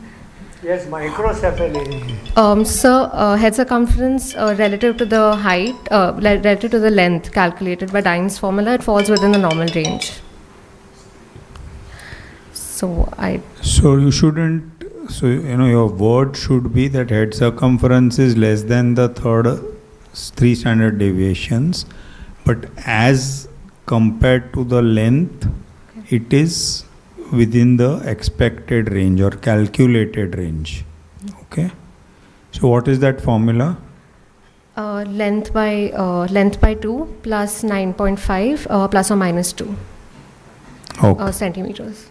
Okay. Now you have the baby. Yes. Yeah, whenever anthropometry is given like that, and when say acute on chronic and all these our conclusions have a lot of limitations, because you are judging on one reading that you have. The correct answer will come from growth chart. And even if you have 2-3 weights, please ask them, give me, कुछ तो देखा होगा, किसने तो देखा होगा. By mistake, he may have put the weight and length also on the weight chart. Put 2-3 and he gives the trend. So this is one time. So one time reading and judgment of chronic disease, acute on chronic, etc. A constitutionally thin child will exactly look like that. Okay, but this child will be normal, and all along he will be along 3rd percentile, while this child may have been better and then fallen. So you must ask, and often when we ask for the reports or previous papers are there, even 2-3 readings that are there at 1 year, 2 years and all, gives a trend where the child is going. So at this point we must understand another concept. What is the difference between a percentile based chart and a standard deviation based chart? Or what is the difference between percentiles and standard deviations? We used to say less than the 3rd centile. So what is the difference between the two? One big basic difference. Which one is supposed to be better? Come on, we are using growth charts every day. This is something we should know. So, what is the lowest percentile that you can go to? You have 3rd percentile, you can have 2nd percentile, then you can have 1st percentile. Can you have 0 percentile? So 1st percentile is the lowest you can go to. 1st percentile corresponds to how many standard deviations? Minus 3 standard deviations. So 3rd percentile corresponds to minus 2 standard deviations. 1st percentile corresponds to minus 3 standard deviations. We say minus 2 to plus 2 standard deviation is the normal range. So 3rd percentile to 97th percentile is the normal range. 99th percentile is the 3 standard deviations on the plus side, and 1st percentile is 3 standard deviation on the minus side. Now the difference between the two is that in percentile chart you can't go below 1 percentile. In standard deviation, technically if you have calculations, you could have 4 SD and 5 SD and 6 SD. Okay, it is known as the Z score, where you can find out how many standard deviations away from the normal or mean or median you are. So that's why standard deviation is supposed to be superior to the percentile chart. This concept is clear? Now the second important concept is that we only look at whether it's less than minus 2 or it's less than minus 3. So here, when you say both are less than minus 3, it's fine. But one is, let's say, minus 4 and one is -5. That we don't know from this. So that is what Sir always talks about when we say height age, weight age. So both less than -3 doesn't mean they are equally affected. It just tells you that they are bad. But how bad relatively, you still have to find out. So either you have to calculate the Z score and you will find a different Z score for the weight and the length, or then our age-old method of doing the height age and the weightage will tell you which is more affected. But you got this concept that just reading as -3, less than -3 doesn't mean that weight, length and head are all symmetrical. It doesn't mean that, right? So that's why Sir said either look at the growth chart or look at the weightage, heightage. Head to toe examination, the anterior fontanelle is open at level, no dysmorphic facies seen, spine is normal, trunk normal, extremity is normal, genitalia is normal, icterus present. Systemic examination per abdomen. On inspection, the abdomen is distended, no engorged vessels seen, a few scratch marks are visible. On palpation, the abdomen is soft, non-tender. The liver is palpable, 2 centimeters below the right subcostal margin, firm, smooth surface, rounded margins. The liver span is around 7 centimeters. The left lobe is palpable, spleen not palpable. On percussion, dull note over the liver, otherwise tympanic note is percussed. On auscultation, bowel sounds are heard. Rest of the systemic examination is within normal limits. Summary. 11-month-old female child with 3rd-degree consanguinity presenting with gradually progressive jaundice and acute history of loose stools and vomiting with a past history of ecchymotic lesions on the body with icterus, firm hepatomegaly with acute on chronic malnutrition in a birth and developmentally normal, fully immunized child is probably a case of acute on chronic hepatitis or PFIC. Okay. So now after examination, how has it added to your information? So there is hepatomegaly, and which is the liver's firm. So that suggests a chronic process, an event, and the left lobe is palpable, which is always pathological. So there's hepatocellular involvement that we. Any other evidence of hepatocellular involvement that you got? Growth failure. Very good. Growth failure. Now you only have to confirm that growth failure is not just because of lack of food. So you have to take the dietary history a little properly. But obviously there's growth failure, so there is hepatocellular involvement in addition to the other findings, right? How will you investigate? Okay. Oh.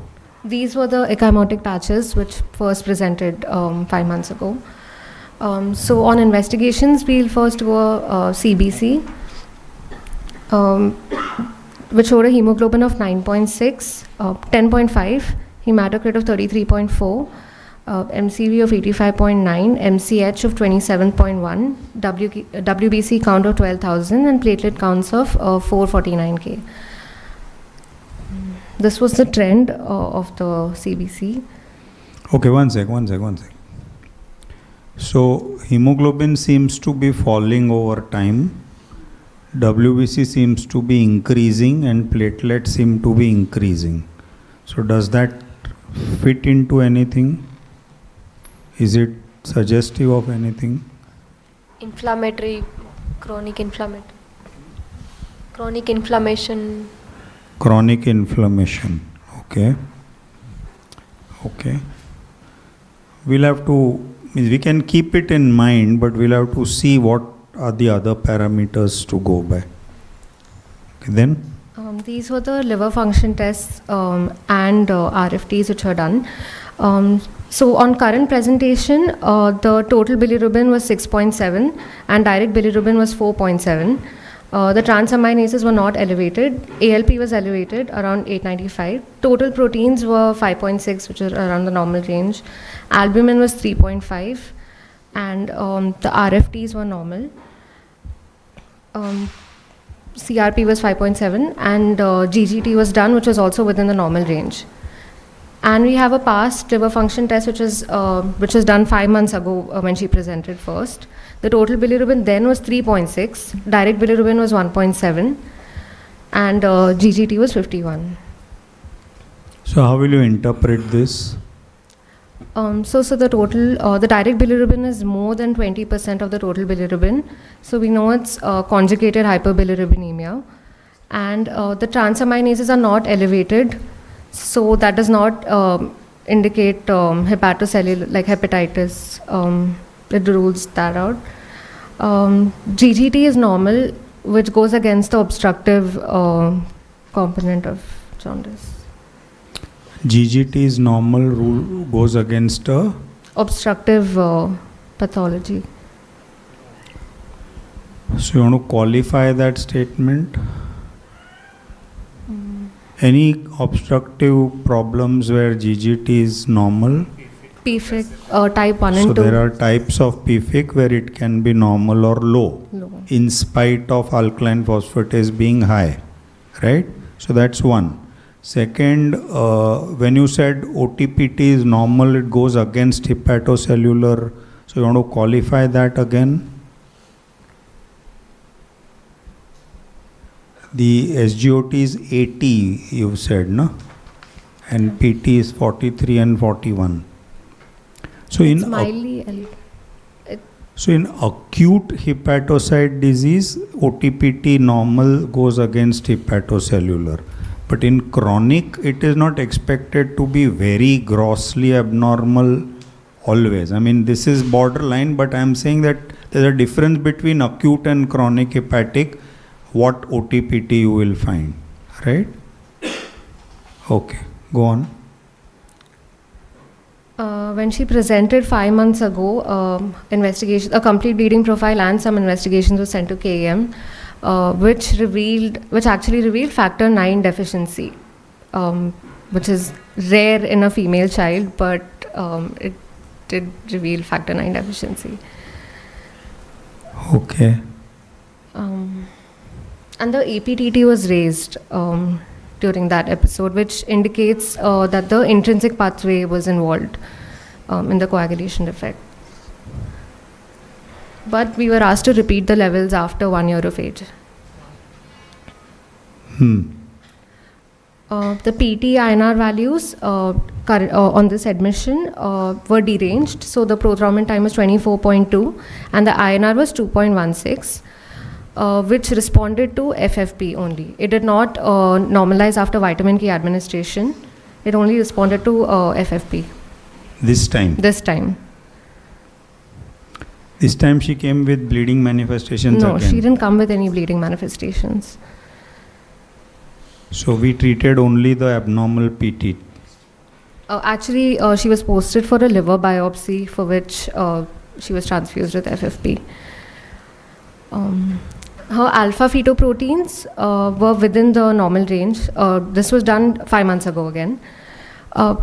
During her current admission, hepatitis A and E titers were sent, which were negative, and triple H was also sent, which was also negative.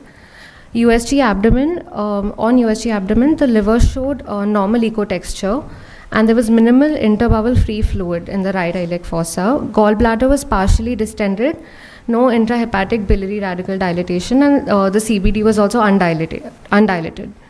Ophthalmological examination did not reveal any abnormality.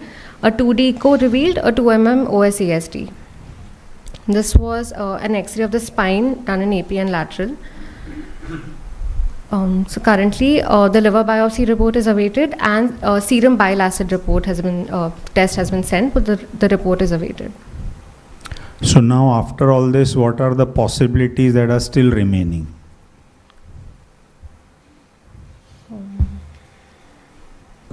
So we've ruled out PFIC?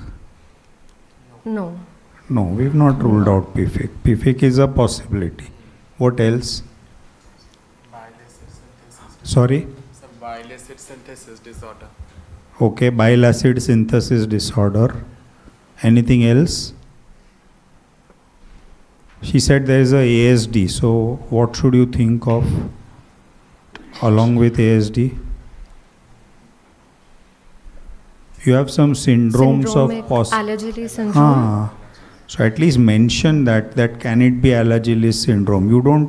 You didn't have any syndromic features, etc. But you must talk about it. Now, moment you've got a ASD, you must say that how could it be associated or correlated with this, right? Also worthwhile remembering that there is third degree consanguinity. So we think of those diseases more strongly. Yeah, so Mahesh, what you are saying is right, obviously. So Mahesh has made a point that factor 9 does not affect PT. This time PT was enlarged. So that doesn't, factor 9 deficiency will not affect that. And obviously hyperbilirubinemia cannot be explained by factor 9 deficiency. So we just discussed in the beginning, can this be a bleeding disorder, and we ruled it out. Why should it have? But this is that rare situation where factor 9 is coexisting with this cause of jaundice, whatever it is. Obviously the two are unconnected, right? And OTPT are borderline raised, that we discussed. Yeah. Sir, Carissa, any questions? So next time tell us what comes out of the liver biopsy of this child. Yes. Right? Okay. And how is this child feeding in the ward? He's feeding well, sir. She's feeding well. She's playful. She's active, and she's feeding well. So you think that poor nutrition is primary nutritional deficiency? I mean, she's not anorexic. She's feeding well.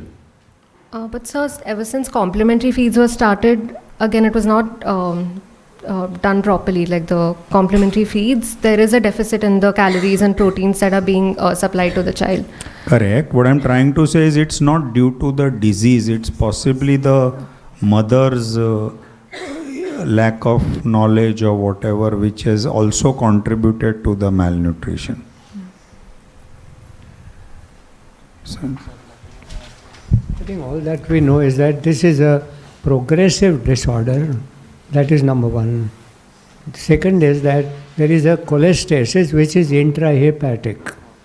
So intrahepatic cholestasis, progressive disorders, coming at 5 months of age, going on slowly. So the PFIC stands. Okay. And that's the first diagnosis. Because at this time, so if you look at the liver disease totally, you can almost talk about 4 types of etiologies. One is viral infections, of course, or any other infection, but largely viral. Viral hepatotropic or extra-hepatotropic. Similarly, typhoid, malaria, leptospira, all that is one hepatitis infection as group. The second would be autoimmune, third would be inborn error of metabolism, and the fourth would be genetic abnormalities. You have to fit in one of these 4. Okay. And here we know that it is unlikely an infection. Okay. That is number one. It's unlikely autoimmune at this age. And intrahepatic cholestasis. Sclerosing cholangitis is known, but this is hepatocyte function. So it's unlikely. It's unlikely inborn error of metabolism. Because by then, which are the inborn errors of metabolism? One is carbohydrate, glycogen, galactose, or protein, tyrosine. Okay, they would have gone on to many other organs involved. Therefore, this is genetic. Now, genetic will be PFIC or any other syndromic. But you have almost ruled out syndromic. You have done ophthalmic check, you have done heart check.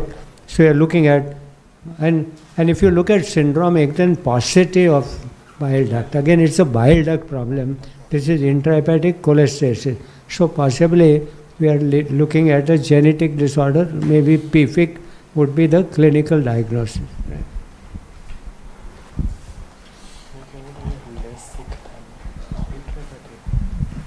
So there's a comment from our faculties on the chat that the factor 9 levels which they got last time is too good to develop clinical bleeds. So clinical bleeds happen at a much lower level, less than 5%. So that is one. Second, Alagilis will have elevated GGT. Our GGT was normal. And third, that a 2 mm ASD is a little insignificant. But what I wanted you all to say is that whenever ASD comes up for exam purpose, you must tell the examiner that I have thought of Alagilis, but it is not there for these reasons. Right? Okay. Fine. So I think we'll stop here. Thank you everyone for participating. Thank you online viewers and online faculty. One clarification I want to make. So there was a Zoom link circulating which has not been working apparently. So henceforth what we will do is anybody who wants to log in should log in to www.clinicalpediatrics.co.in. So you log in on that website and you have a facility to ask questions or put your comments on that website. Or you can log in to the DIAP poster which circulates. So which says click here, which is an active PDF. You click there and you can see the class webcast there, and there's a viewers link. So either clinicalpediatrics.co.in or the DIP poster, click here, or the viewers link.